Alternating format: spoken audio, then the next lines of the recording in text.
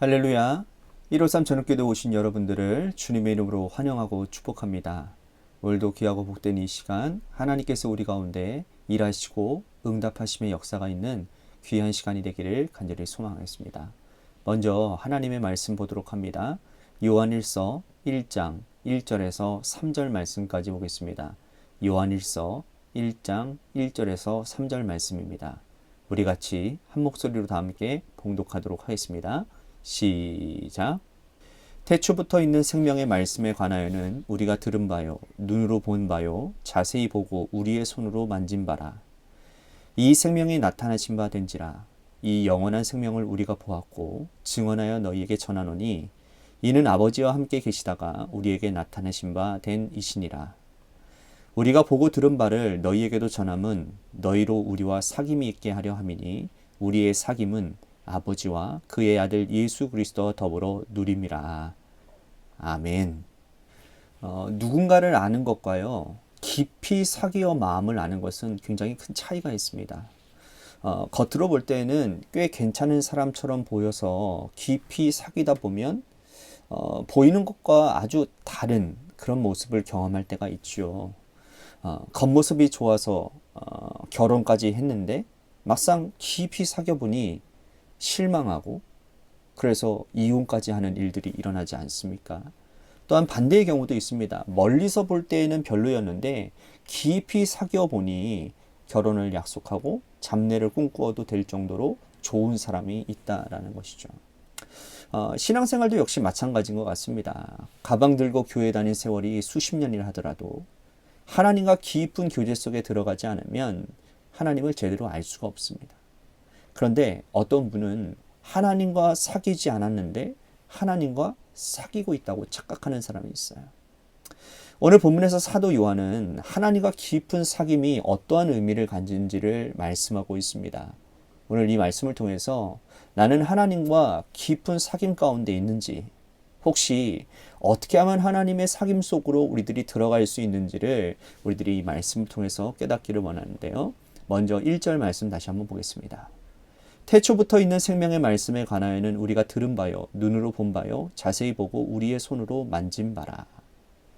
태초부터 있는 생명의 말씀은 바로 예수 그리스도를 의미하죠.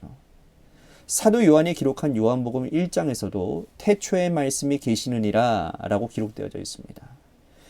요한은 태초에 있는 이 말씀을 예수 그리스도라고 선포하고 있습니다. 태초에 하나님이 천지를 창조하실 때 하나님과 예수님, 성령님, 즉 삼위일체 하나님이 함께 하신 거죠. 요한은 예수님의 제자 가운데서 한 사람으로서 예수님을 듣고 보고 만졌던 사람입니다. 주님께서는 이 사도 요한을 특별히 사랑하셨습니다. 그래서 요한복음에는 그를 뭐라고 표현하냐면 그의 사랑하시는 제자라고 표현할 만큼 예수님은 요한을 아끼고 사랑하셨습니다. 뿐만 아니라 예수님이 십자가에 달리신 후에 어머니 마리아를 이 사도 요한에게 맡기죠. 그만큼 주님은 요한을 믿고 의지하셨습니다. 그런데 이 사귐이 요한 자신에게 그치지 않고 이 편지를 읽는 초대교회 성도들에게도 함께하기를 원하는 마음으로 지금 쓰고 있다는 겁니다. 자, 3절 말씀 보십시오. 우리가 보고 들은 바를 너희에게도 전함은 너희로 우리와 사귐이 있게 하려 함이니 우리의 사귐은 아버지와 그의 아들 예수 그리스도와 더불어 누림이라.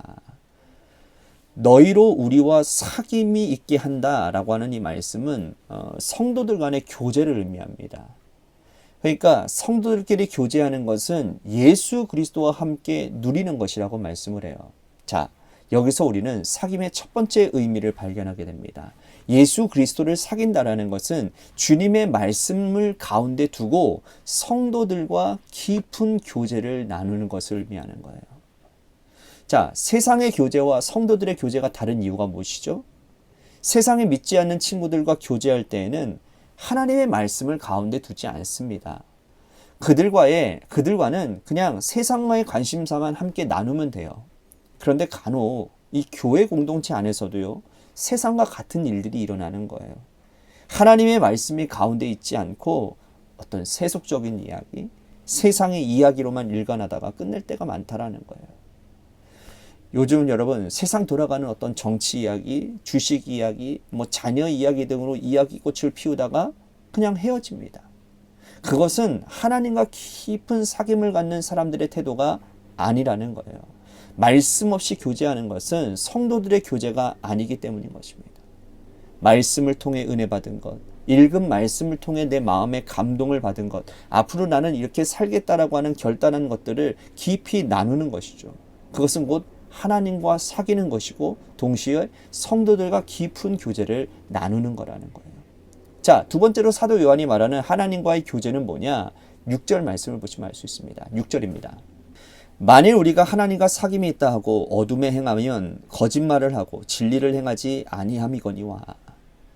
자, 하나님과 사귐이 있다고 하면서 어둠을 행하면 하나님과 사귀는 것이 아니라고 말씀을 하는 거예요. 자, 여기서 이 어둠은 죄를 말하죠. 하나님과 사귀는 자는 죄를 멀리하게 되어 있다는 거예요. 하나님과 교제하고 사귐이 깊어지면 깊어질수록 죄를 떠나려고 멀리할 수밖에 없다는 거죠. 하나님과 사귄다고 하면서도 여전히 죄를 짓고 여전히 은밀한 그 죄의 낚시를 누리는 사람은 하나님과 진정한 교제를 누리지 못하는 사람이라는 겁니다. 여러분, 하나님과 사귀면 왜 죄에서 멀어지게 될까요? 하나님의 본성이 바로 빛이기 때문입니다. 빛이 비춰지면 어둠은 자동적으로 물러가게 되어 있는 거예요. 빛이 존재하는데 어둠이 있을 수는 없는 것입니다. 빛 대신 하나님과 교제하는데 여러분 어떻게 어둠 가운데 행할 수 있겠습니까? 하나님과 사귄다라는 것은 하나님과 동행하는 것을 의미합니다. 빛 대신 하나님과 함께 걸어가고 나아가면 항상 우리 자신을 돌아보게 되어 있는 거예요. 빛이 우리를 환하게 비춰주기 때문에 빛을 통해서 내 얼룩들이 있는지 없는지를 알게 되고 죄가 있는지 없는지를 계속 비춰보게 되는 거죠. 하나님은 말씀이시고 그리스도도 말씀이시기 때문에 이 말씀과 깊이 교제하다 보면 말씀의 거울로 우리를 비춰보게 되는 거예요. 비춰보면 나의 연약함, 나의 완악함, 나의 죄성이 고스란히 드러나게 되는 거예요. 그러면 그 드러나는 것들을 바라보면서 우리는 고치지 않을 수가 없게 된다는 겁니다. 고치지 않으면 빛 대신 주님과 동행할 수 없기 때문입니다. 고치면 당연히 빛 대신 주님과 동행할 수 있다는 거예요. 나는 하나님과 사귐이 있는 존재인지 헷갈린다면 빛으로 걸어가고 있는지 죄에서 멀어지고 있는지 말씀의 거울로 나를 비춰보고 있는지를 한번 돌아보면 될 것 같습니다. 자, 요한은 사귐의 또 다른 의미를 9절에서 이렇게 설명하고 있습니다. 9절 말씀 보십시오. 만일 우리가 우리 죄를 자백하면 그는 미쁘시고 의로우사 우리 죄를 사하시며 우리를 모든 불의에서 깨끗하게 하실 것이요. 자, 친구들과의 교제에도요, 여러분, 고백이 필요해요. 이 자기 속에 있는 비밀을 친구들에게 고백하지 않습니까? 그래서 이 친구와 비밀을 공유하는 사이가 되는 거예요. 여러분, 부부끼리도 깊은 교제가 사귐이 있으면 감출 것이 없습니다.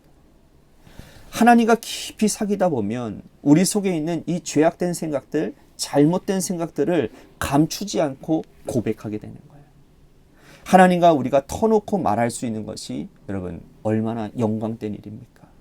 하나님 앞에 내 속마음을 털어놓을 수 있고 하나님은 우리의 속마음을 헤아리시고 위로하시고 책망도 하시고 다시 돌이키기도 하시니 여러분 이것이 얼마나 큰 특권이에요. 하나님께서 우리의 죄를 고백하는 자리를 바로 그 어떤 자리입니까? 기도의 자리죠. 기도를 통해서 마음에서 일어나는 그 미묘한 감정의 변화와 하나님에 대해 느껴지는 그 마음들을 여러분 다 오늘 이 시간 털어놓으시기를 바랍니다. 하나님 앞에 우리의 속마음을 털어놓고 나눌 수 있기를 소망하겠습니다. 그리하여 하나님과 깊은 사귐 속으로 더 깊이 들어가는 저와 여러분들이 다 되시기를 주님의 이름으로 간절히 축복하겠습니다. 오늘 말씀 생각하면서 우리 같이 기도했으면 좋겠습니다. 하나님과 교제하며 성도를 사랑하기를 원합니다. 뿐만 아니라 빛 대신 주님을 사랑하며 죄짓지 않는 삶을 살겠습니다. 오늘 말씀 생각하면서 우리 같이 기도했으면 좋겠습니다. 또 한 가지 우리 교회를 위해서 간절히 기도합시다. 하나님이 세워주신 주님의 몸된 교회가 이 땅 가운데 하나님의 지상의 대명령들을 잘 감당하는 교회가 되게 하여 주옵소서. 먼저는 하나님을 기쁘시게 하는 공동체, 또한 이웃을 행복하게 하는 공동체가 되게 하여 주시옵소서라고 우리 같이 교회를 위해서 간절히 기도했으면 좋겠습니다. 또한 우리 지민석 현재님의 회복과 또한 박우장 권사님의 수술 일정과 또한 김순환 권사님의 그 심장을 보호하심을 위해서 기도했으면 좋겠습니다. 마지막으로 여러분들의 삶의 자리와 여러분들의 자녀들을 위해서 기도하시다가 이 시간 돌아가시기를 바랍니다. 노래 끝날 때까지 우리 같이 합심하여 기도하도록 하겠습니다. 기도하시겠습니다.